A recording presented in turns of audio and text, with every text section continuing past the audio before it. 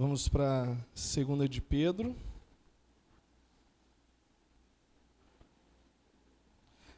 Capítulo 2, versículo 4. Só o versículo 4. Tinha pensado em fazer a perícope, chamado perícope, o bloco, mas vai ser interessante a gente caminhar versículo por versículo. Segunda Epístola de Pedro, capítulo 2, apenas o verso 4. Acho que daqui mais umas 2 semanas já dá para pegar abacate. Então quem quiser abacate aí já pode encomendar. E abacate está caro, na terra que manda leite e mel é de graça, então não estrague. E lá atrás da igreja o pezinho de acerola está vingando, já temos acerola já. E tem outro pé de acerola ali do lado da laranjeira que a Dais conseguiu resgatar ali e parece que vai dar acerola também. De limão? Tem um pé de abuticaba para plantar ali, que acho que o senhor Iraci trouxe, né? A gente tem que achar um lugar para pôr ele aí, para abençoar a igreja. Olha que benção, ó. Abacate já tem, né? Está bom. O versículo 4 diz assim, irmãos. Ora, se Deus não poupou os anjos quando pecaram, antes, precipitando-os no inferno, os entregou a abismo de trevas, reservando-os para o juízo. Oremos. Pai, mais uma vez agradecemos pela IBD e pela vida do teu servo que tem nos abençoado com o estudo no Evangelho de João. Peço que o Senhor nos faça mais como João mesmo intentou ao escrever o Evangelho, para que saibamos ser Jesus, o Cristo, e para que, crendo, tenhais vida em seu nome. E que esses estudos fortaleçam cada vez mais a nossa convicção no Senhor. Assim também como rogamos que o que temos meditado em 2 de Pedro faça-nos mais vigilantes e atentos aos falsos mestres. Em nome do Senhor Jesus. Amém. Nós entramos na segunda etapa da argumentação de Pedro, que ele está fazendo um contraste na sua carta, que é o seguinte. O capítulo 1, ele está falando de como que os salvos se parecem. Como que as pessoas que foram convertidas, transformadas, em que Deus foi lá, tocou na vida delas e fez delas uma nova pessoa, como que essas pessoas se parecem? Por que Pedro trabalha isso? Porque quando ele vai falar dos falsos mestres, tem um contraste gritante. Tem uma diferença enorme, abissal. É uma coisa assim muito distante. Alguém que é convertido e alguém que não é convertido, e não sendo convertido ainda tem a posição de mestre da igreja. Acho que eu mandei no grupo da igreja essa semana uma coisa das mais absurdas possíveis, que é a mais normal agora. E quando a câmera abre assim para a igreja, cheio de gente. Paulo descreve sua segunda carta, preocupado com os falsos... Pedro, melhor dizendo, escreve sua segunda carta, preocupado com falsos mestres infiltrados na igreja, alertando os cristãos sobre a gravidade e a certeza do juízo que essas pessoas vão receber. Então, para enfatizar o alerta, o que Pedro faz? Ele trabalha do maior para o menor agora. Então, o que nós estamos lendo aqui? Nós leremos, vamos ter 3 sermões, cada um tratando um juízo que Pedro fala, mas ele trabalha de juízos que aconteceram numa escala cósmica, espiritual, em um outro plano, até o mais simples, entre aspas, para dizer o seguinte: os falsos mestres não vão escapar. Se Deus não poupou os anjos superiores, valorosos em poder, numa posição privilegiada, você acha que fulano, beltrano, ciclano ali, que se diz apóstolo, mestre, tem uns que se dizem semi-arcanjo agora, vão poder escapar do juízo de Deus? Se seres celestiais mais poderosos e com posição muito superior ao dos homens, tanto que quando Satanás está ali diligenteando, como uma briga com o arcanjo Miguel sobre o corpo de Moisés, lembra que o Senhor te repreenda. Nós estamos falando do príncipe dos anjos ali, falando que Satanás fala, só Deus para lidar contigo. Se estes seres não escaparam da justa punição ao pecarem contra Deus, certamente os falsos mestres não vão escapar. Não vão escapar. Então pensemos em uma sociedade, e aqui seria utópico, tá? Porque não é o que a gente vê acontecendo na nossa sociedade.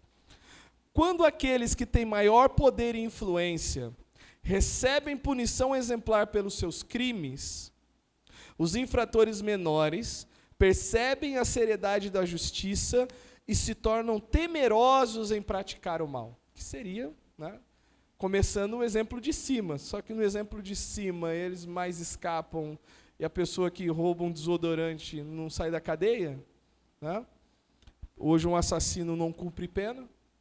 Um assassino não cumpre pena hoje. Exatamente essa é a lógica usada por Pedro. Se nem os anjos escaparam, quem ousará supor que escapará?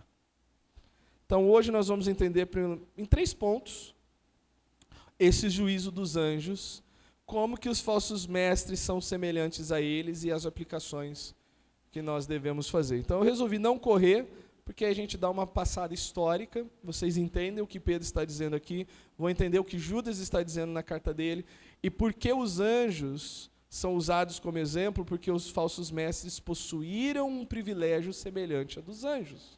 Falar em nome de Deus, representar a Deus. Primeiro, o juízo dos anjos. Nós temos aqui 2 de Pedro 2,4 e Judas 1,6. Ora, se Deus não poupou a anjos quando pecaram. Então, quando que os anjos pecaram? Nós sabemos que de algum momento, Satanás se tornou Satanás. Né? Não sei qual é o nome que ele tinha antes. Muita gente fala Lúcifer. Não vou entrar no debate das terminologias e das traduções, mas Deus criou tudo bom, reto e justo. Deus não criou o mal, porque Ele é bom. Ele pode administrar o mal, mas Ele não pode formar o mal com U, tá? Não o mal com L. O mal com L é o circunstancial. O mal com U é o mal moral, aquele da escolha, né? Aquela que o pecado nos afeta. Os anjos tinham uma posição privilegiada diante de Deus, foram criados santos, perfeitos e tinham acesso direto à presença divina, e uma parcela, e um anjo específico, melhor dizendo, perdeu isso. Então nós vamos ler 2 textos, um é Isaías 14 e Ezequiel 28. Vamos para Isaías 14 primeiro. Nós leremos os 2 textos e depois eu farei uma explicação, tá? Isaías capítulo 14, versos 13 e 14.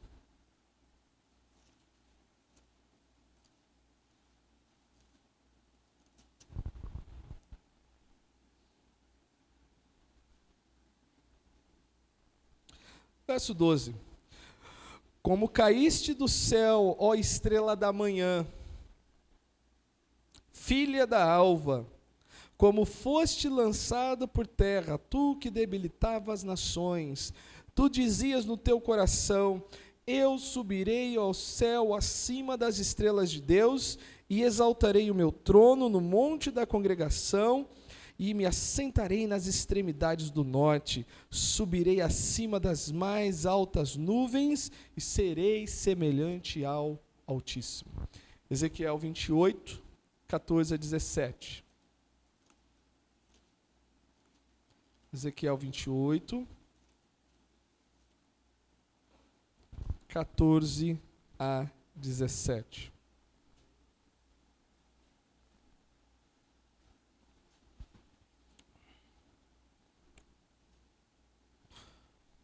Vamos ler o 13, né? 28, 13. Estavas no Éden, jardim de Deus. De todas as pedras preciosas te cobrias, o sárdio, o topázio, o diamante, o berílio, o ônix, o jaspe, a safira, o carbúnculo, a esmeralda. De ouro se te fizeram os engastes, os ornamentos, no dia em que foste criado, foram eles preparados. Tu eras querubim da guarda ungido, e te estabeleci. Permanecias no monte santo de Deus, no brilho das pedras andavas. Perfeito eras nos teus caminhos, desde o dia em que foste criado, até que se achou iniquidade em ti. Ok. Vocês vão encontrar irmãos, crentes mesmo, que vão dizer o seguinte: Isaías 14, Isaías 28, não está falando deste ser celestial que agora nós conhecemos como Satanás, a antiga serpente, o dragão. E eles vão usar um argumento que é o seguinte: Isaías e Ezequiel está falando a estes reis que estavam recebendo uma sentença de juízo. Isaías está inicialmente falando ao rei da Babilônia, um governante arrogante que seria julgado e humilhado por Deus. Já Ezequiel está falando ao rei de Tiro. Mas o que nós notamos é que a descrição vai além do que é terreno. Tá? Então, nós tivemos aula de hermenêutica, várias, e a gente trabalhou regras de como se aproximar do texto bíblico. E uma das coisas que nós enfatizamos nós temos o método histórico-gramatical. Como que as palavras foram usadas na história, e nós respeitamos a gramática para extrair o sentido, para não dar o sentido que uma palavra tem hoje, diferente do sentido que a palavra tinha na época. Nós vamos ao sentido que a palavra tinha na época. O que nós podemos entender aqui os dois profetas estão falando a dois reis que estão no ápice da sua arrogância e que vão sofrer o juízo. E esses dois profetas estão fazendo uma referência a algo que já aconteceu na história. E esse é chamado de referência de duplo sentido, ou dupla referência profética. Talvez, e aqui eu fiquei quebrando a cabeça, e nessa eu tenho que dar o crédito ao ChatGPT, que ele me ajudou nessa ilustração. Nós temos vários eventos sociais que marcam a sociedade, e nós usamos de maneira particular. Há 11 anos atrás, 2014, o Brasil levou quanto da Alemanha? 7-1. Esse 7-1 se tornou um dito popular. Hoje, você vai lá, vai ter um joguinho de futebol, sei lá, teve uma derrota econômica, perdeu alguma coisa, a pessoa chega e fala que, poxa, foi um baita de um 7-1 o que aconteceu. Não é o que aconteceu no momento, mas o que você está experimentando no momento te ajuda, é usado para lembrar algo que aconteceu no passado e que marcou nacionalmente. Hoje, então, quando se fala de 7-1, a ideia é o seguinte: anos depois, sempre que alguém no Brasil quer se referir a qualquer tipo de derrota humilhante, seja num jogo simples entre amigos ou até mesmo numa situação profissional, política ou social, usa-se a expressão, foi um baita de um 7-1. Então eu estou olhando o texto dessa forma. Os profetas estão mencionando algo para aqueles reis, mas ele está fazendo referência a algo que já aconteceu.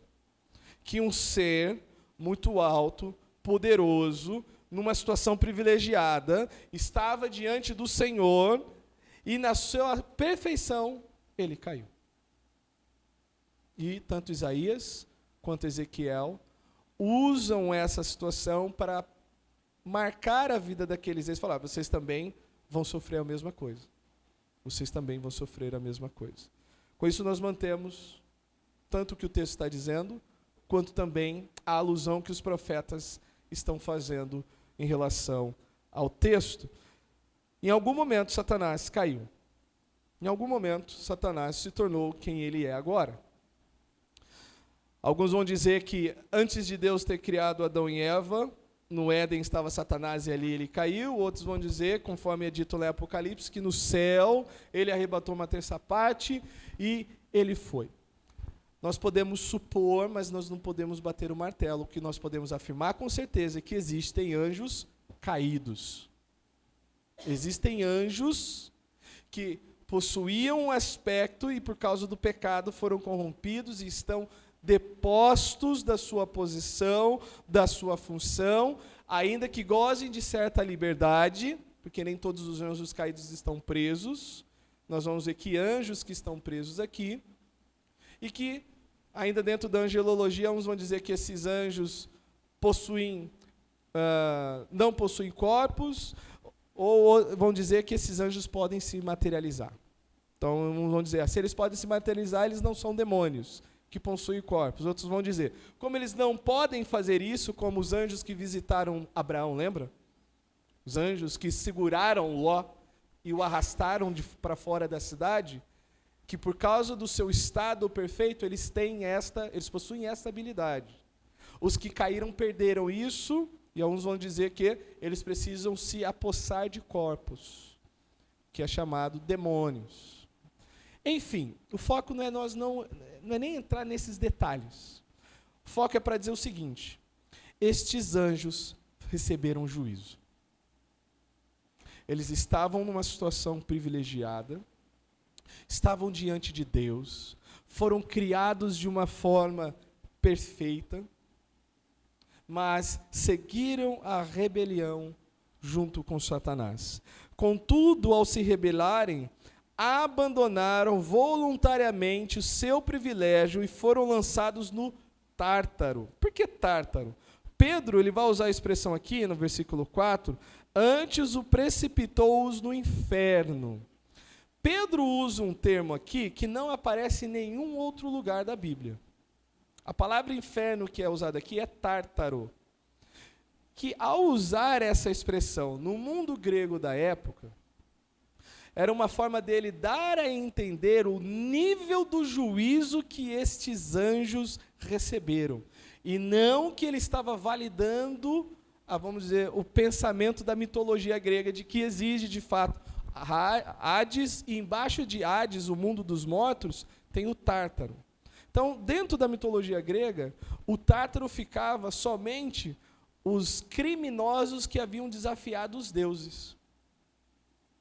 Havia o lugar dos mortos, que era o Hades, então todas as almas iam para lá. Mas os seres maiores, com mais poder, e que haviam desafiado os deuses, eles ficavam presos no Tártaro. Todo mundo já ouviu falar, talvez, de Cronos. Né? Ele ficou preso lá. E tem vários outros, Sísifo, e tem outros mencionados dentro da mitologia. O que Pedro está dizendo ao usar essa palavra? Que estes que receberam esse privilégio, eles estavam presos num lugar de tormento. Eles estavam presos. Então, qualquer pessoa daquela época, ao ouvir esse termo, ou ler esse termo em grego, conhecendo a cultura da época, entenderia o que Pedro está tentando dizer. Nós só entendemos o quê? Que é o inferno. Se está solto ou não, mas Pedro está falando, não, eles estão algemados, eles estão presos, eles abandonaram o seu privilégio, eles perderam o privilégio que tinham. Vamos para Judas 1,6. Só tem um capítulo, na verdade, né? Judas, versículo 6.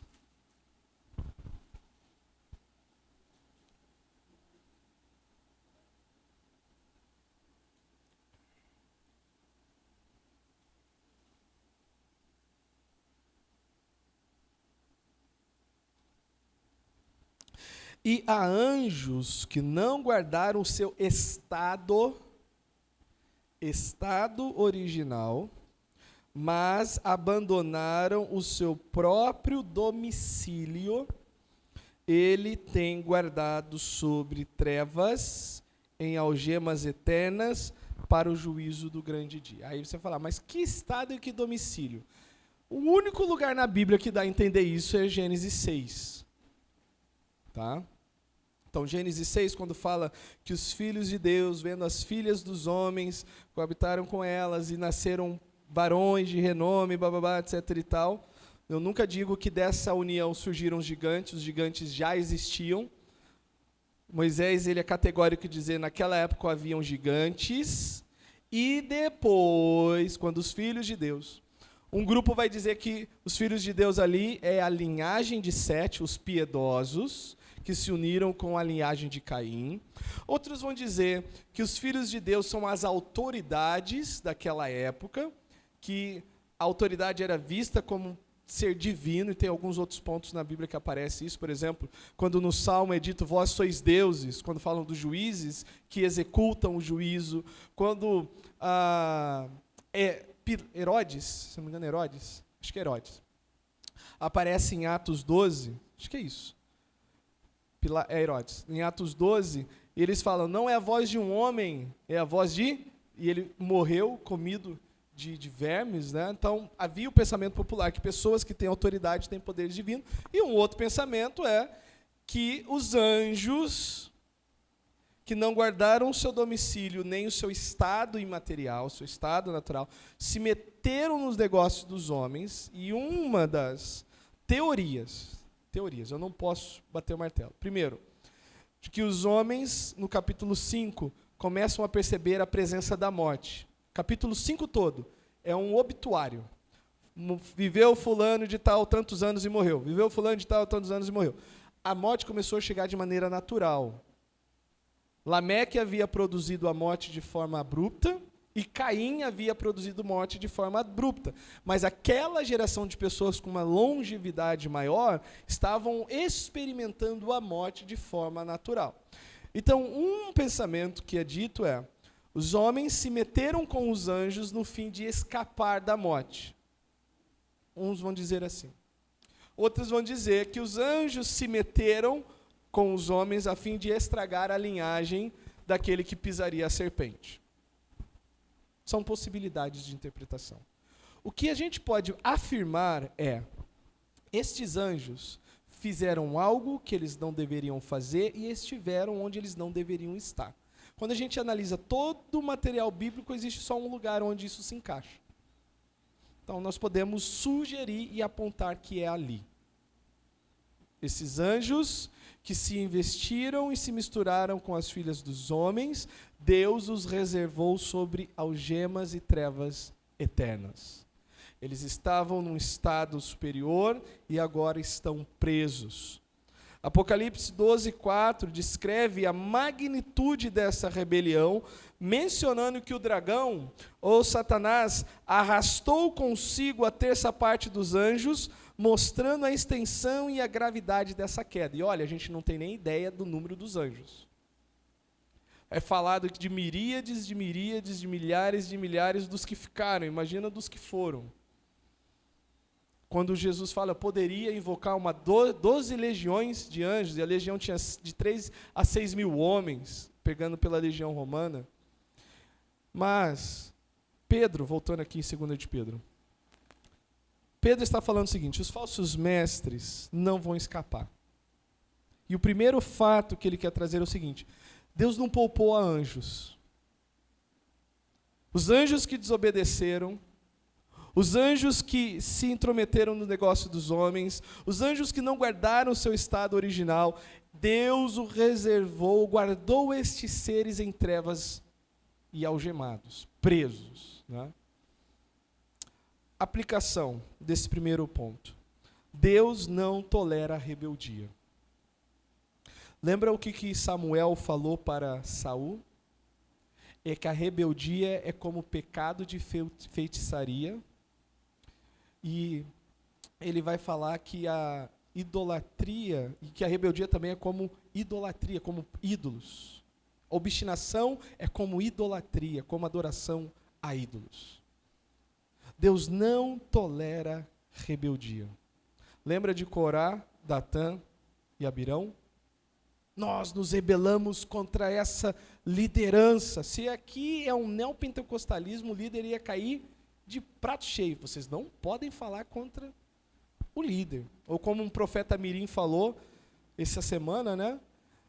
Esse negócio que eu só tenho pastor no céu, está repreendido. Você tem pastor na terra também, e que você tem que honrar, e que blá, blá, blá. Os falsos mestres pintam e bordam nisso daí, porque eles abusam da simplicidade, seriedade e, vamos dizer assim, boa fé das pessoas, que elas estão indo lá para agradar a Deus. E se aquela pessoa que está na frente, elas entendem que é um representante de Deus, é natural que elas vão se sujeitar, mas esses homens abusam. Esses homens abusam. Deus não tolera a rebeldia, nem mesmo de seres celestiais, mostrando que o pecado tem consequências sérias e eternas. Agora nós vamos ver o seguinte: então, qual a semelhança dos anjos caídos com os falsos mestres? Por que Pedro traz isso de ilustração? Ora, se Deus não poupou a anjos quando pecaram, antes precipitando-os no inferno, os entregou a abismos de trevas, reservando-os para juízo. Assim como os anjos tinham privilégios e o desprezaram, os falsos mestres também receberam privilégios espirituais, como conhecimento do evangelho e posição de liderança na igreja. Estes homens que não são meros, vou usar o termo aqui para fazer só a diferença, crentes, são pessoas que estão na frente, são pessoas que estão puxando o barco, são pessoas que estão liderando. Estes homens, não tem como negar que eles possuem um privilégio, uma preeminência. Mas vamos para Hebreus capítulo 6. O que acontece com todo falso mestre? O que é dito aqui em Hebreus. Hebreus capítulo 6, versículos 4 a 6.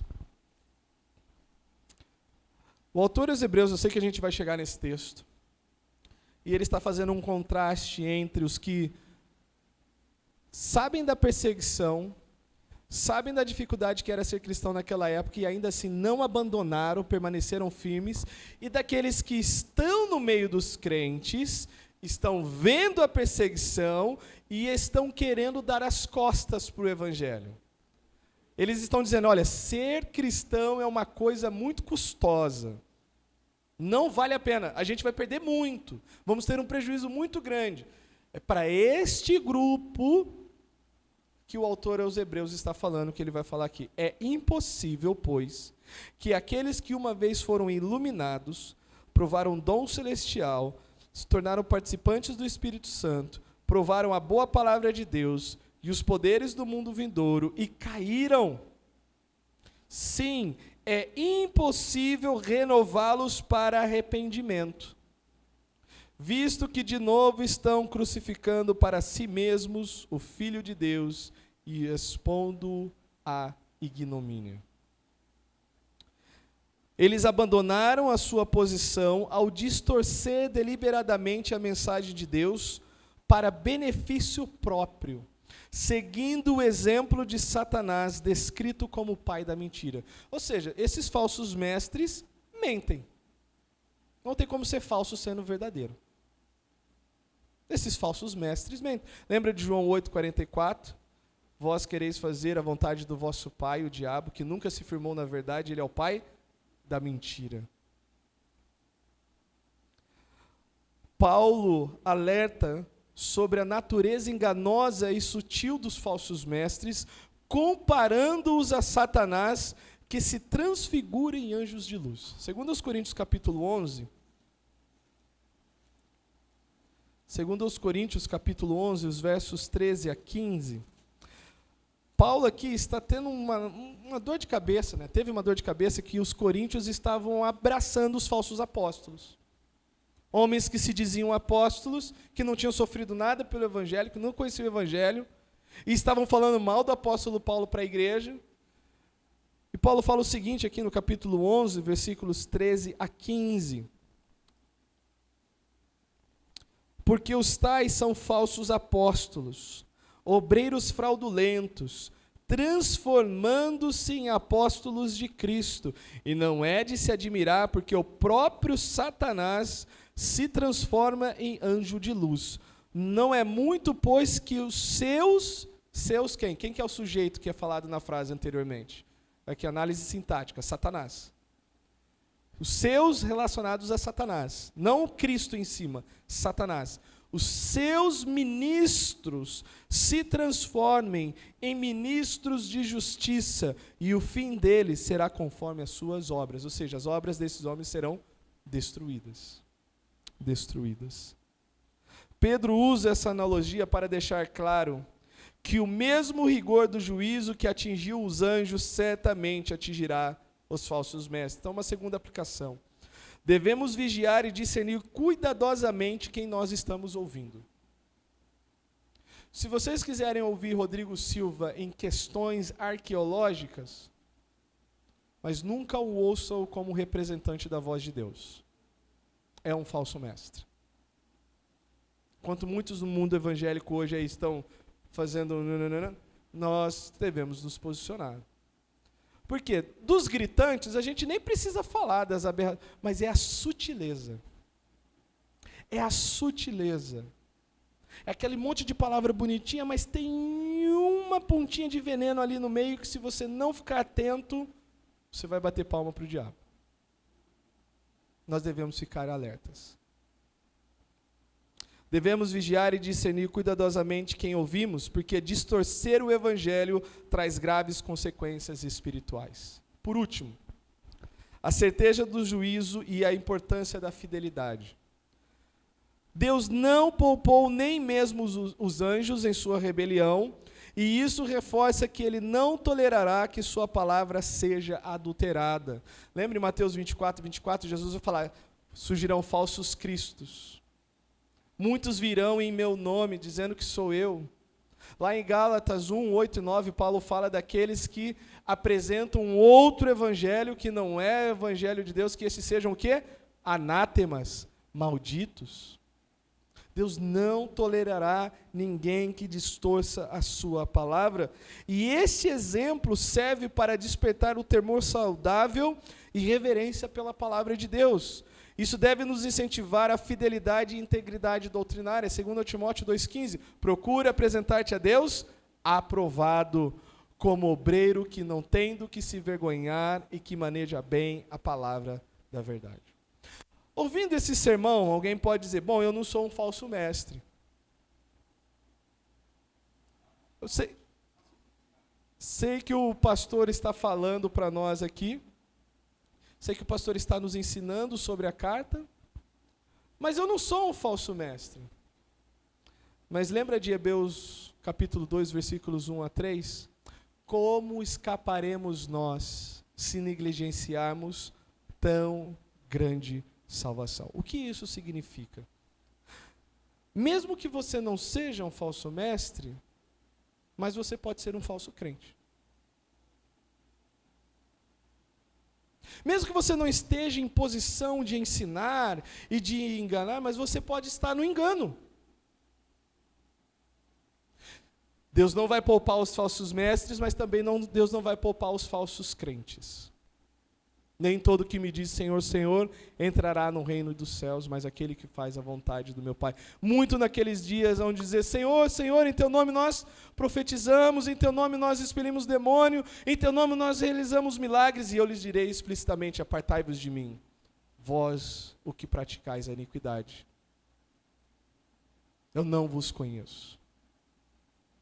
Hebreus 2, o autor fala dos anjos, e da superioridade de Jesus sobre os anjos, mas a ideia de Hebreus 2 é, Deus enviou anjos como ministros, mas Deus enviou o seu próprio Filho para anunciar. Você acha que você vai escapar tendo ouvido Ele? Como escaparemos nós se negligenciarmos tão grande salvação? Não se preocupe com os falsos mestres nessa altura, preocupe-se com você.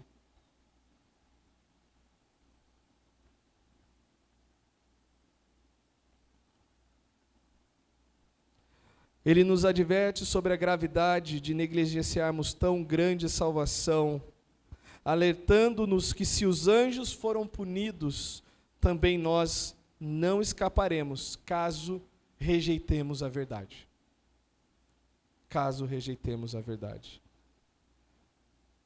Uma aplicação que levemos a sério a nossa posição em Cristo. Em Efésios 2, dos 6 e 7, é dito que Deus nos colocou assentado nos lugares celestiais em Cristo Jesus. Isso não é de forma alguma alusão à perda de salvação, tá? Não é alusão à perda de salvação, mas nós devemos cuidar para não nos desviarmos da verdade e sempre retornar ao evangelho genuíno. Para a gente finalizar. Primeiro, o juízo sobre aqueles que desprezam e distorcem a verdade de Deus é certo, é grave e é eterno. Então, se você ouviu que Jesus é Senhor, e que não há salvação dada entre os homens, não há nenhum nome dado entre os homens pelo qual importa que sejamos salvos, e você ouve e dá as costas para isso, você não vai escapar do juízo. Você não vai escapar do juízo. Você tem que se arrepender, crer e seguir a Jesus. Arrepender, crer e seguir a Jesus. Não vai escapar do juízo. Nós temos anjos, anjos presos. Quem de nós pode escapar? Quem de nós pode escapar? E que esse exemplo nos motive à vigilância constante, mantendo-nos fiéis ao evangelho puro e verdadeiro de Cristo Jesus. Assim, se Deus quiser, semana que vem vamos ver o mundo antigo. O que aconteceu na época de Noé? Está muito longe os anjos. Mas todo mundo sabe da história do dilúvio. Até os ímpios que nunca leram a Bíblia sabem da história do dilúvio da arca de Noé. Então atentemos para isso. Vamos orar. Senhor, se alguém aqui ainda não fugiu para a cruz de Cristo, incite esse coração a não descansar enquanto não encontrar descanso no Salvador. E nós que já estamos nele, ó Deus, que nós não desprezemos o Senhor, valorizando a palavra de homens que não têm negócio nenhum contigo. Pessoas que estão interessadas no comércio, na sua própria vaidade, que não têm um zelo e um pingo de amor pelo teu nome ou pelas almas a quem Cristo veio buscar, que é a tua igreja. Ajuda-nos a sermos firmes quando necessário. Ajuda-nos, como Tiago diz, de converter a alma daquele que está no engano, livrando e cobrindo multidão de pecados, pessoas que estão enganadas, seguindo a falsos mestres, mas que de alguma maneira são de fato pessoas que se converteram ao Senhor. Dá-nos sabedoria para falar com essas pessoas. E, mais uma vez, que a voz do teu povo nessa cidade se faça ouvida de maneira que temam ao Senhor. Em nome de Jesus. Amém. Deus abençoe. Até a próxima, se assim o Senhor permitir.